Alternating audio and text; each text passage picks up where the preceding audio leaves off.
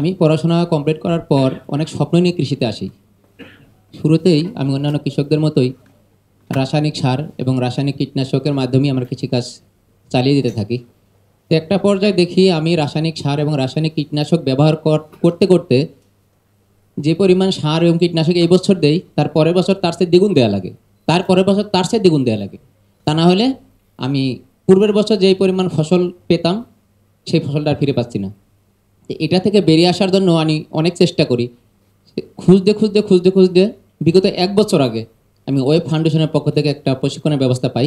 Web foundation এবং পিকেএসএফের আর্থিক সহায়তায় এই প্রশিক্ষণটা দেওয়া হয়।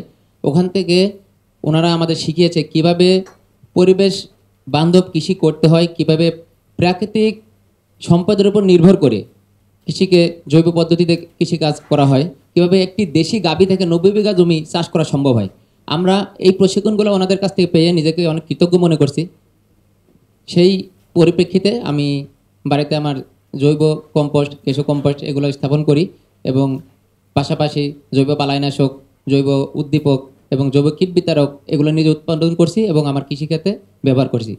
এর দেখা দেখি আমাদের ওখানে আমরা কৃষি মর্চা তৈরি করে ওই ফাউন্ডেশন তৈরি করে দিয়েছে। আমার 25 জন কৃষক কিষানি আছে, আমরা সকলেই জৈব কৃষি নিয়ে কাজ করছি।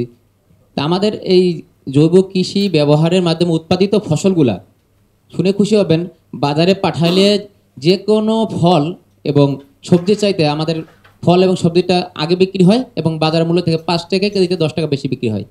তা আমরা স্থানীয়ভাবে এই বাজারটা পেলেও আমাদের এলাকায় যেহেতু সবাই জানে আমরা জৈব কৃষি নিয়ে কাজ করছি, স্থানীয়ভাবে এই বাজারটা পেলেও আমাদের মানে পাইকারি বাজারে আমাদের এই বাজারটা নাই।